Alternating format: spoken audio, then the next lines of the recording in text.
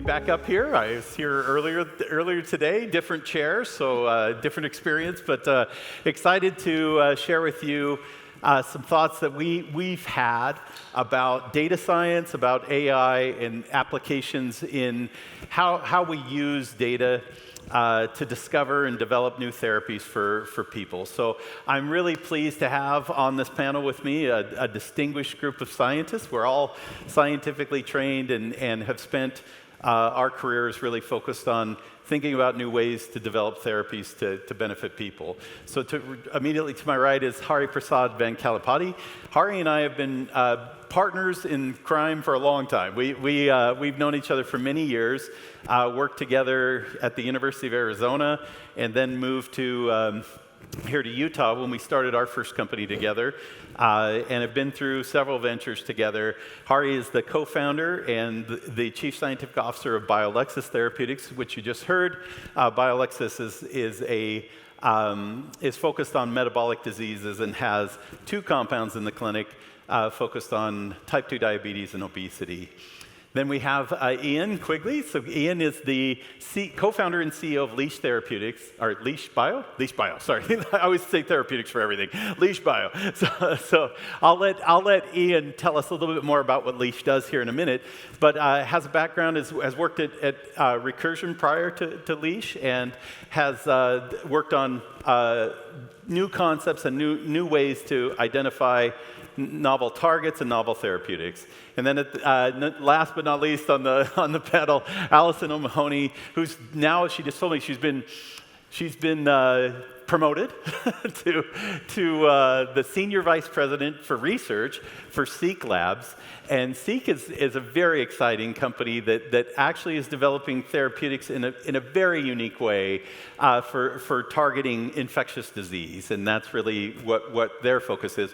What really combines all of us together is the way that we are approaching drug discovery in this new age of artificial intelligence and using data in unique new ways. And I started out, it's funny, I don't feel old, but when I look back and say what's happened in my life, it kind of makes me feel old sometimes. So, when I was a graduate student, when I started graduate school, the internet didn't exist, or it existed as a message board that you could like ping people academically, but the World Wide Web didn't exist, and we didn't have emails, and all of that happened while I was in graduate school, and then I watched the .com thing happen, all the explosion of the World Wide Web, and I thought that would be the defining technology revolution for my life, right? That I watched the internet happen and become a real thing.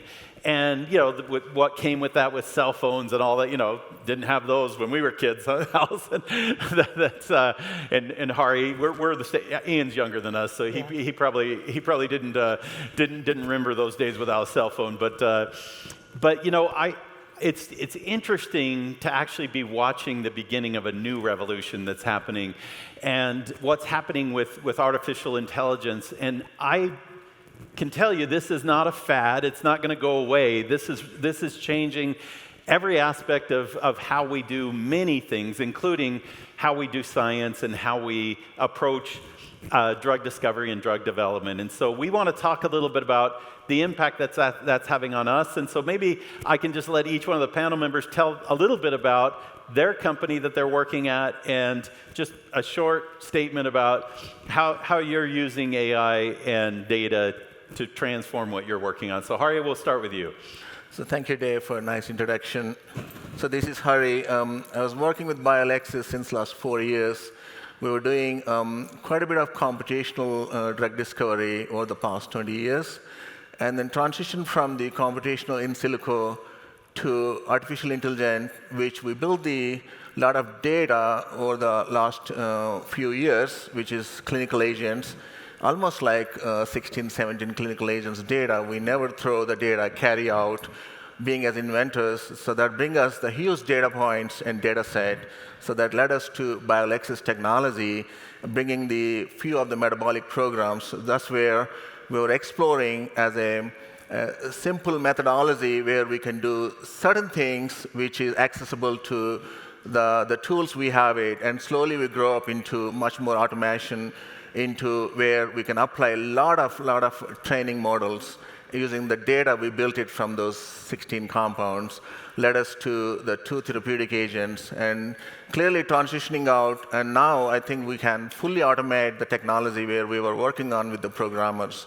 I think it's certainly we can translate the drug discovery into a way using the AI.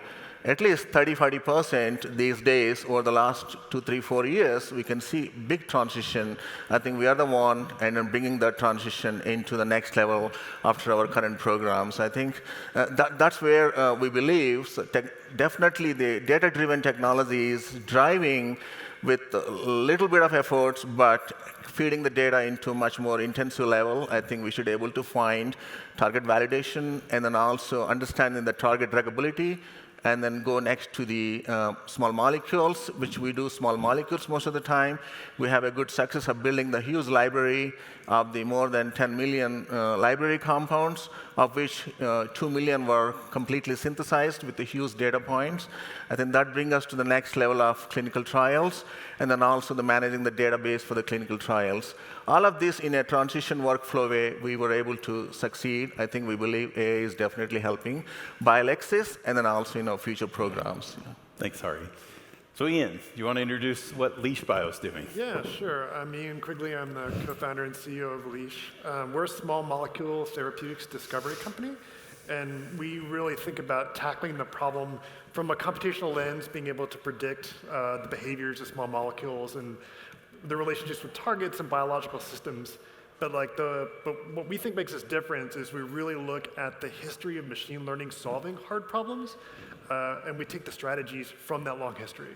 So the folks who figured out how to get computers to beat human beings in chess or Go, identifying objects and pictures on your phone, all these different tasks, language translation, they all have a fairly steady trajectory of approaches and data collection practices that all led to those successes.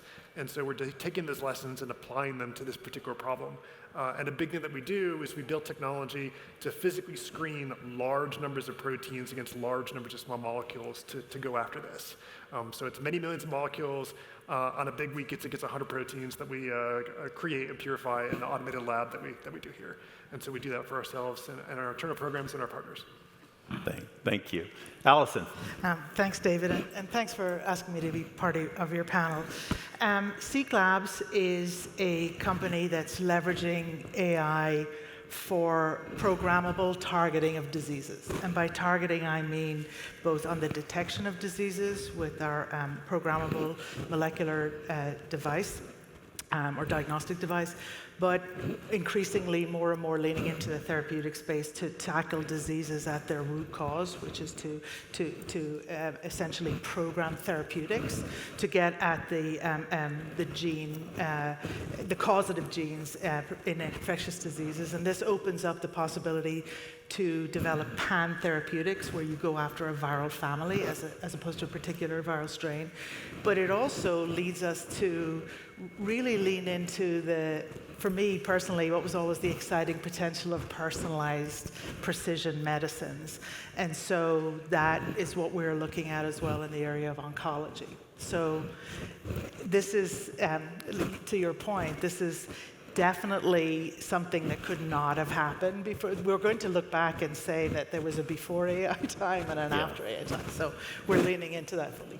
Yeah, no, I think that's exactly right, and I think that we're just at the beginnings of really how this is going to impact what we do in science, and specifically what we do in developing new therapeutics.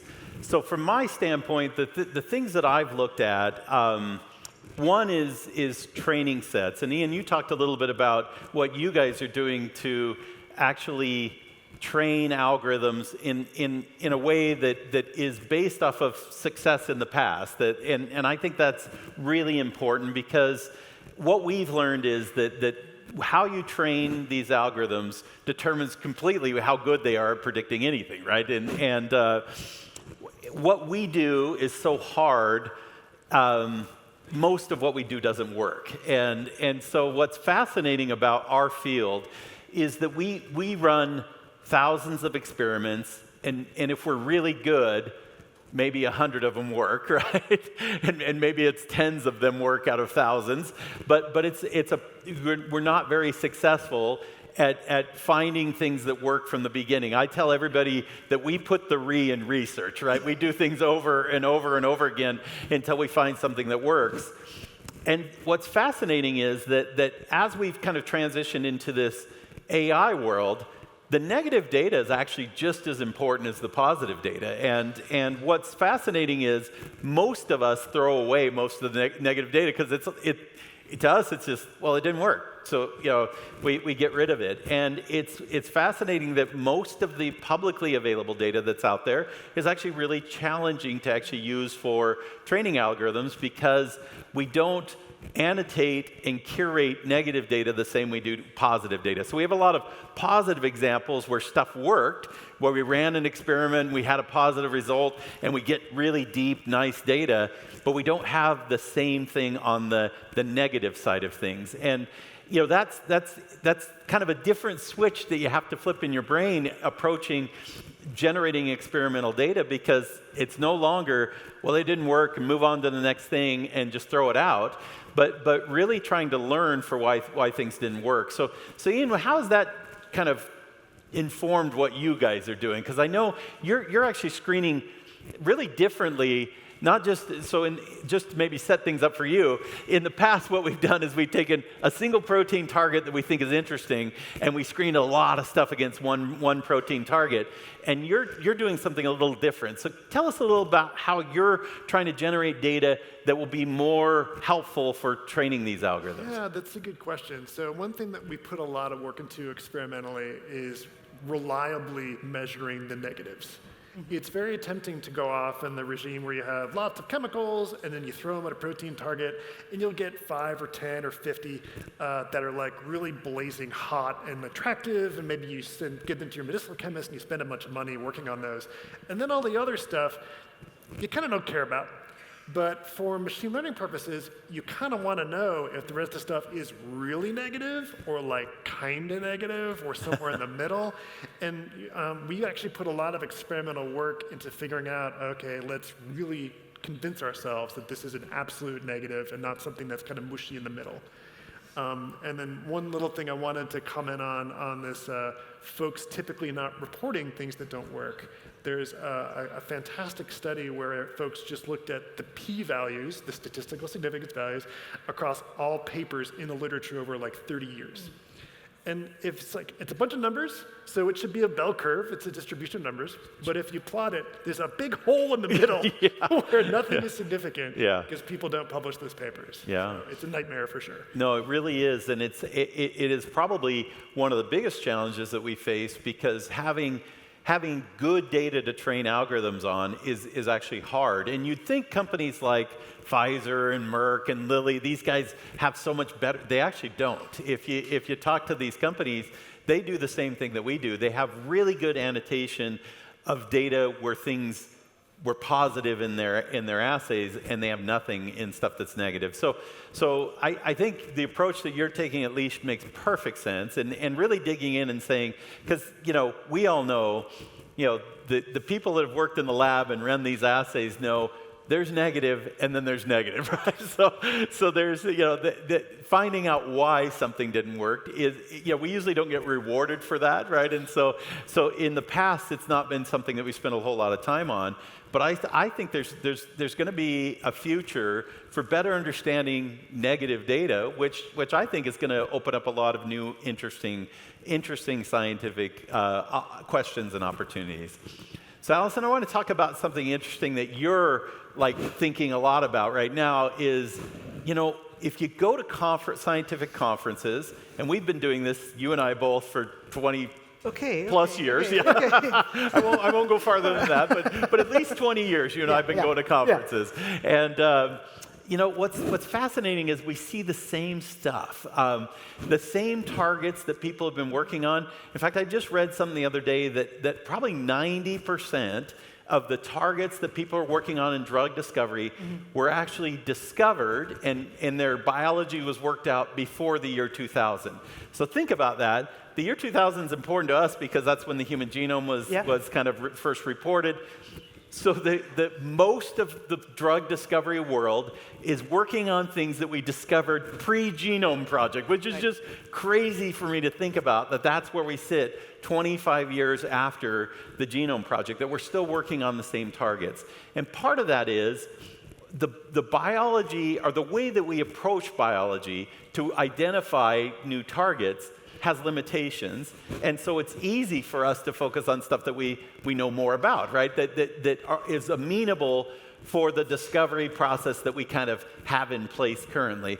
So tell us how you're kind of trying to break that mold of finding new targets and new ways to go after new targets as well. Yeah, I think if I could just step back a minute before I say what we're doing. I think in a way what AI enables us to do is to go back to where drug discovery started, and that is through the lens of disease intervention. And targeted therapies have been transformative, particularly in the area of oncology, there's no question there.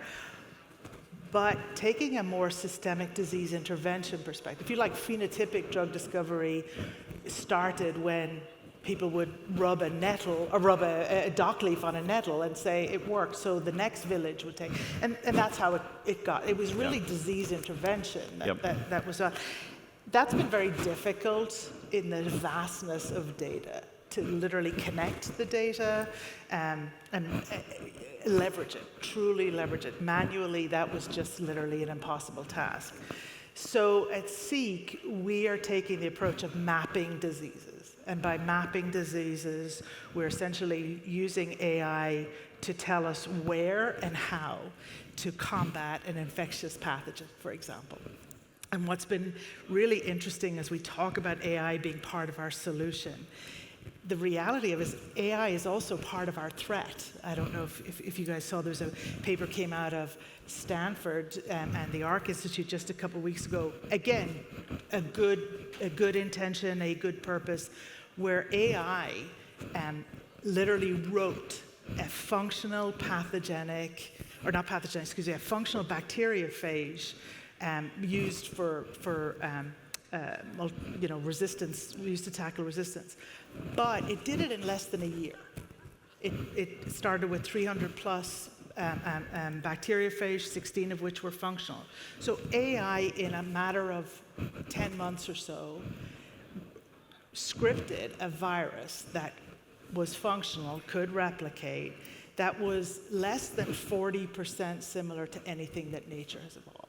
So it got through all of the detection mechanisms, all of the safeguards in place. So we need to lean in to mapping diseases at the speed of disease. And that's what we're trying to do, is use AI to tell us, here's the root cause. Here's the genetic root cause of this infectious agent. Here's where to target it. And to get that rolled out, not in a matter of years anymore, but literally in a matter of days to weeks. And the platform technology that we use is amenable to that. But we need to respond at the speed of disease. No, I think that's exciting. And to me, this is the application of where AI becomes transformative, because applying artificial intelligence to an iterative process where you're just making an incremental improvement, to me, that's not the future of AI, right? To say, oh, I can screen 1 million things in my lab, or 1,000 things in my lab, and I can screen 1 billion things on the computer. That's just an incremental improvement. That's not a transformational. I couldn't do this without AI. And to me, those are the big problems that we need to be addressing with artificial intelligence, to say, what can't I do and what could I use AI to actually enable, which is exactly the kind of thing that you're talking about. Yeah, to your point, We think that AI is rewriting the playbook, That's right. not improving the existing. Yeah, so it's not just improving the incrementally getting a little better, it's completely rewriting things. And that goes to, I think, what Hari's thinking a lot about. And Hari and I, when we first started trying to use computational-based drug discovery approaches, we were vastly limited by our access to actual structures of proteins, right? That was something, I think when we first started, there was probably just a few hundred solved known human protein structures. There were more bacterial solved structures than there were human protein structures. And so we would go out until we started a little company and said, we're going to use computational techniques to discover drugs. And they said, yeah, good luck. You know, we don't even know what most of these proteins look like. So how are you guys going to use a structure-based design when you don't know the structure?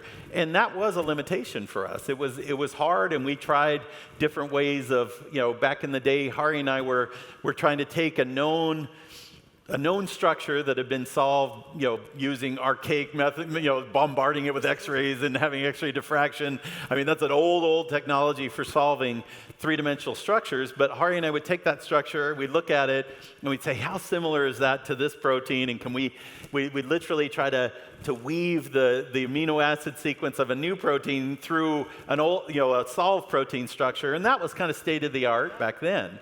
And what's fascinating to me, you know, we did not, and to be honest, I'm not sure we, meaning collectively as humans, we quite understand even today what the rules are of how a strand of amino acids, you know, on a protein, on a peptide or protein, folds up in 3 dimensions. But AI figured it out, and in fact, you know, just last year won the Nobel Prize. Actually, researchers at Google, of all places, won the Nobel Prize for figuring out or building an algorithm that figures out how to fold proteins. And that still just blows my mind. But that's the kind of capacity that AI has. And so Hari and I have been looking at that and saying, well, now, do you know how many solved structures there are? Well, a lot of them are predicted structures from AlphaFold and all the iterations of AlphaFold. Basically all of them, right? So there's millions of at least predicted structures using these folding algorithms that are available in databases today. So what was a limitation 25 years ago is no longer a limitation, and that's the kind of stuff that to me gets me excited about what AI can do. So when I think about, and Hari, this is a long setup for your question here, but when I think about, you know, what we struggle with in the lab and how we could actually make a huge transformation is modeling human disease. You said we should be, you know, approaching the disease. We're terrible at modeling human disease. So we take cells from disease, you know, from a cancer or from, you know, degenerative brain, you know, or whatever, and we try to model. Take those cells, grow them in the lab, and say those actually reflect something that, you know, is part of that disease. And we know that there's tons of limitations there, but that's the best we have, right? And so modeling disease has been really challenging. I think that AI is poised to make massive changes in the way that we approach trying to model human disease, and especially our utilization of animals for predicting therapeutics. And you know, I did my whole Ph.D. genetically engineering animals, knocking out genes and making transgenic mice.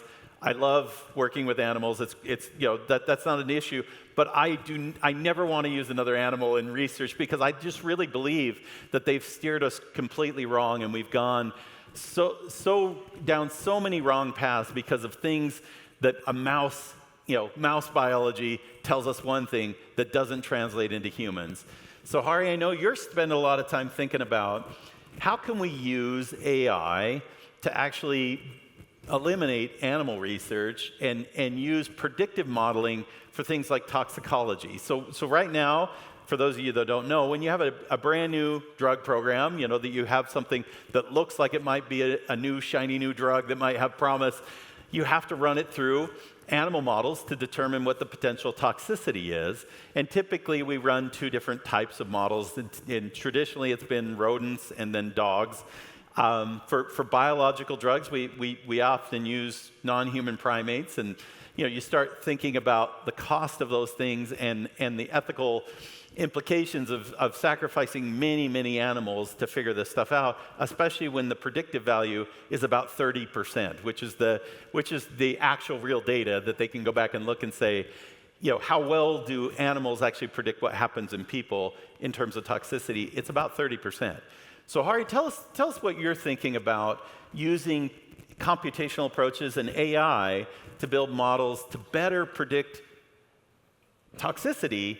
And do you see a future in the near future that we can eliminate animal research and actually use better models for modeling disease? So that's a great question, Dave. And in fact, we were thinking for the last couple of years or recently heavily on how we can transition these no animal models to future organs on the chip and whatever the other sources of the cell-based models. We captured quite a bit of data as we do these IND-enabling studies from the toxicology during that time and collected quite a bit of data. As we know, AI itself cannot be from the basics, so it facilitates from the what happened yesterday data.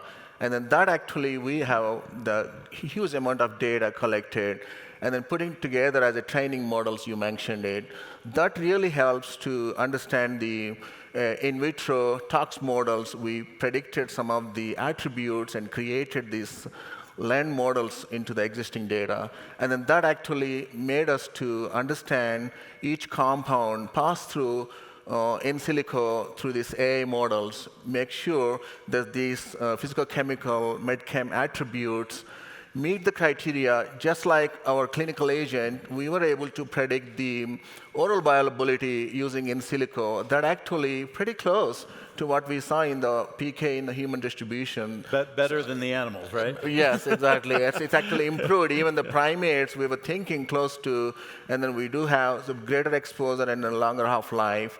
Such data points has been captured, and then looking at the next level in terms of elimination, so we were collecting a lot of standard organs, which we usually do after animal toxicity, 7-day or 28-day, and then you capture those standard organs and then look for the data to utilize and then feed into the AI.